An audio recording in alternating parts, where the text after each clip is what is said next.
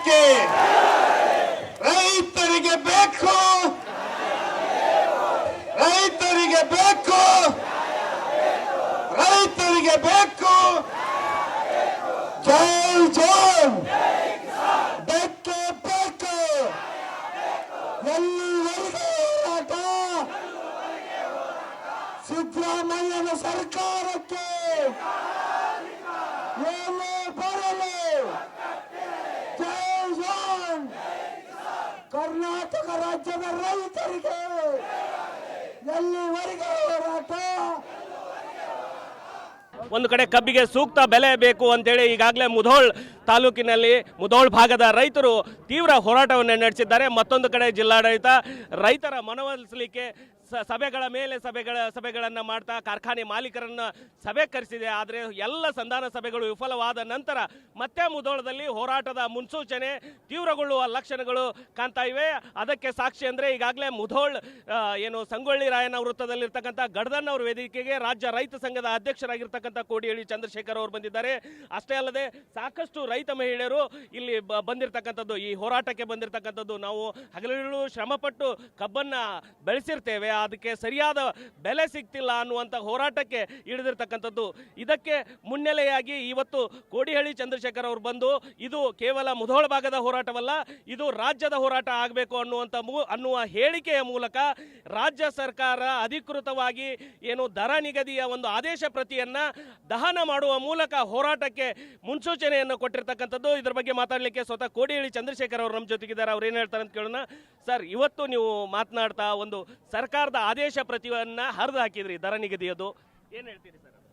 ನಮಗೆ ಒಪ್ಪಿಗೆ ಇಲ್ಲ ನಿಮ್ಮ ತೀರ್ಮಾನದ ಪ್ರಕಾರ ರೈತರು ಮನೆ ಹಾಳಾಗುತ್ತೆ, ರೈತರು ಆರ್ಥಿಕವಾಗಿ ದುಸ್ಥಿತಿಗೆ ಹೋಗ್ತಾರೆ. ಅದಕ್ಕೆ ನ್ಯಾಯಯುತವಾದ ತೀರ್ಮಾನ ಬರಬೇಕು. ಅದಕ್ಕೆ ಅರ್ಧ ಹಾಕಿರೋ ಅಷ್ಟೇ, ಬೆಂಕಿಗೆ ಹಾಕಿರೋ ಅಷ್ಟೇ, ಬಿಸಾಕಿರೋ ಅಷ್ಟೇ. ನಾವು ಧೈರ್ಯವಾಗಿ ಘೋಷಣೆ ಕೂಗಿ ನಿಮ್ಮ ತೀರ್ಮಾನಕ್ಕೆ ಧಿಕ್ಕಾರ ಅಂತ ಹೇಳಿದ್ರು ಅಷ್ಟೇ. ಆ ಕೆಲಸವನ್ನ ಇಲ್ಲಿ ಮಾಡಿದ್ವಿ. ಅಂದ್ರೆ ನೀವು ಹೇಳೋ ಪ್ರಕಾರ ಆದೇಶ ಪ್ರತಿಯಲ್ಲಿ ರೈತರಿಗೆ ಮೋಸ ಆಗ್ತಾ ಇದೆ, ಹಾಗಾಗಿ ಅದನ್ನ ದಹನ ಮಾಡುವಂತಾಯ್ತಾ ಏನ್ ಸರ್? ಅದರಲ್ಲಿ ರೈತರ ಪರ ಇಲ್ಲಕ್ಕೆ ಇಲ್ಲ. ಯಾವ ಮಾನದಂಡ ಮಾನ್ಯ ಮುಖ್ಯಮಂತ್ರಿಗಳೇ ಬೆಲೆ ನಿಗದಿ ಮಾಡಲಿಕ್ಕೆ ನಿಮ್ಮ ಹತ್ರ ಯಾವ ಮಾನದಂಡ ಇದೆ? ಡಾಕ್ಟರ್ ಸ್ವಾಮಿನಾಥನ್ ರಿಪೋರ್ಟ್ ಪ್ರಕಾರ ಮಾಡ್ತಾ ಇದ್ದೀರೋ ಅಥವಾ ರಾಜ್ಯ ಸರ್ಕಾರದೇ ಸೈಂಟಿಫಿಕ್ ಅನಾಲಿಸಿಸ್ ಏನಾರು ಇಟ್ಕೊಂಡಿದ್ರು? ಸಕ್ಕರೆ ಪ್ರಮಾಣವನ್ನು ಯಾವ ರೀತಿ ಕಂಡುಹಿಡಿತೀರಿ? ಕಾರ್ಖಾನೆಯವರು ಹೇಳಿದ್ದನ್ನೇ ನೀವು ಹೇಳ್ತಿರೋ ಅಥವಾ ನಿಮಗೇನಾರ ಸ್ವಂತಿಕೆ ಇದೆಯಾ? ಇದು ಎಲ್ಲದನ್ನೂ ಕೂಡ ಅನಾಲಿಸಿಸ್ ಮಾಡಬೇಕಲ್ಲ ಸರ್ಕಾರ ಅಂದಮೇಲೆ. ಈಗ ಕಾರ್ಖಾನೆಯವರು ಆ ಉತ್ಪಾದನೆಯನ್ನು ಮಾಡ್ತಕ್ಕಂಥವ್ರು ರೈತರಿಂದ ಆದಮೇಲೆ ನೀವು ಅವ್ರಿಗೂ ಗೌರವ ಕೊಡಿ. ಅವ್ರಿಗೆ ಕೊಟ್ಟು ಗೌರವ ನಮಗೂ ಕೊಡಬೇಕಲ್ವಾ? ಆದರೆ ಸರ್ಕಾರದ ದರ ನಿಗದಿ ಆದ ನಂತರ ಬೆಳಗಾವಿ ಸುತ್ತಮುತ್ತಲ ಭಾಗದಲ್ಲಿ ರೈತ ಹೋರಾಟ ನಿಂತಿತ್ತು. ಈಗ ತಾವು ಹೇಳಿದ್ರಿ ಇಡೀ ರಾಜ್ಯದ ರೈತರಿಗೆ ನಾನು ಕರೆ ನೀಡ್ತೇನೆ, ಹೋರಾಟವನ್ನು ಮತ್ತೆ ದೊಡ್ಡ ಚಳವಳಿಯಾಗಿ ನಾವು ಮಾಡ್ತೇವೆ ಅನ್ನುವಂಥ ಹೇಳಿಕೆಯನ್ನು ಕೊಟ್ಟಿದ್ದೆ. ನೋಡಿ, ಇಲ್ಲಿ ಆಗಬೇಕಾಗಿರೋ ತೀರ್ಮಾನ ಇದೆ. ರೈತರಿಗೆ ಮೋಸ ಆಗೋದನ್ನು ನಾವು ಒಪ್ಪಲ್ಲ. ನೀವು ಯಾವುದೇ ಥರದ ಬಲ ಪ್ರಯೋಗ ಮಾಡಿದರೂ ಅಷ್ಟೇ ರೈತರಿಗೆ ಅನ್ಯಾಯ ಆದರೆ ನಿಮ್ಮಂಥ ಸರ್ಕಾರಗಳನ್ನು ಎಷ್ಟೋ ಸಾರಿ ರೈತರು ಸಿಟ್ಟು ಬಂದಾಗೆಲ್ಲ ಡಸ್ಟ್ಬಿನ್ನಿಗೆ ಹಾಕಿದ್ದಾರೆ.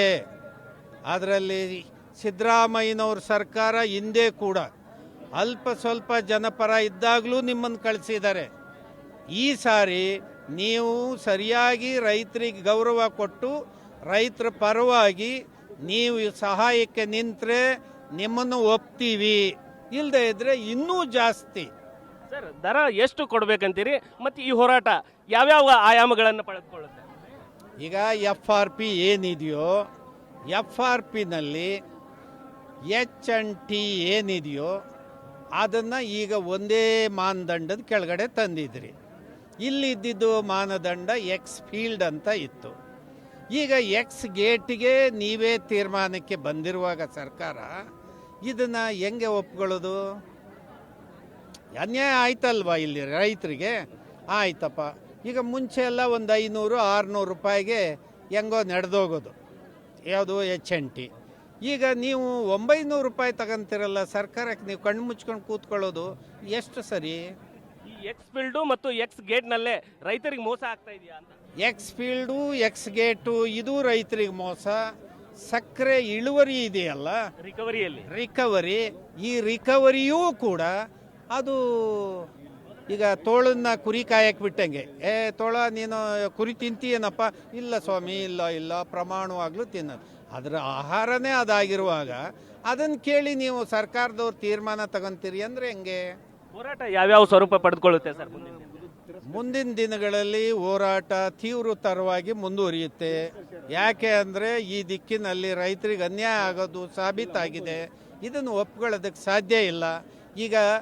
ಈಗ ಬೆಳಗಾವಿಗೆ ನೀವು ನಾವು 50 ರೂಪಾಯಿ, ಅವ್ರು 50 ರೂಪಾಯಿ ಅಂದ್ರಿ. ಅಲ್ಲ ಹೇಳಿ, ನೀವು 9 ಫ್ಯಾಕ್ಟ್ರಿಗಳಿಗೆ 50 ರೂಪಾಯಿ ಕೊಟ್ಟು ರಾಜ್ಯದ ರೈತರಿಗೆಲ್ಲ 3 ನಾಮ ಹಾಕಿದರೆ ಇದು ನಿಮ್ಮ ತೀರ್ಮಾನ ಸರಿನಾ? ಎಷ್ಟು ಕೊಡಬೇಕು ಅಂತ ಆಗ್ರಹ ಮಾಡ್ತೀರಿ ಸರ್? ಈಗ 3500 ರೂಪಾಯಿ ಕೊಡಲೇಬೇಕು. ರೈತರು ಡಿಮ್ಯಾಂಡ್ ಇಟ್ಟಿದ್ದಾರೆ, ಅದನ್ನು ನೀವು ಪಾಲನೆ ಮಾಡಬೇಕು. ಇದಿಷ್ಟು ಕೋಡಿಹಳ್ಳಿ ಚಂದ್ರಶೇಖರ್ ಅವರು ಹೇಳುವಂಥದ್ದು. ಈಗಾಗಲೇ ಸರ್ಕಾರ ಏನು ಕೇವಲ 9 ಫ್ಯಾಕ್ಟರಿಗಳಿಗೆ ಏನು ಬೆಂಬಲ ಬೆಲೆಯನ್ನು ಘೋಷಣೆ ಮಾಡಿದೆ, ಆದರೆ ಉಳಿದ ಸಕ್ಕರೆ ಕಾರ್ಖಾನೆಗಳಿಗೆ ಮೋಸ ಆಗ್ತಿರತಕ್ಕಂಥದ್ದು. ರಿಕವರಿಯಲ್ಲಿ ಮತ್ತು HNTಯಲ್ಲಿ ಮತ್ತು ಎಕ್ಸ್ ಗೇಟ್ ಎಕ್ಸ್ ಫೀಲ್ಡ್ನಲ್ಲೂ ಮೋಸ ಆಗ್ತಾ ಇದೆ. ಹೀಗಾಗಿ ರೈತರು ಹೋರಾಟ ಇದು ರಾಜ್ಯ ಸ್ವರೂಪವನ್ನು ಪಡೆದುಕೊಳ್ಳುತ್ತೆ, ತೀವ್ರವಾದಂಥ ಹೋರಾಟಗಳು ನಡೆಯುತ್ತೆ ಅನ್ನುವಂಥದ್ದು ಕೋಡಿಹಳ್ಳಿ ಚಂದ್ರಶೇಖರ್ ಅವರ ಮಾತಾಗಿರುವಂಥದ್ದು. ಕ್ಯಾಮ್ರಾಮನ್ ಆನಂದ್ ಜೊತೆ ರವಿ ಹಳ್ಳೂರು, ಪಬ್ಲಿಕ್ ಟಿವಿ, ಬಾಗಲಕೋಟೆ.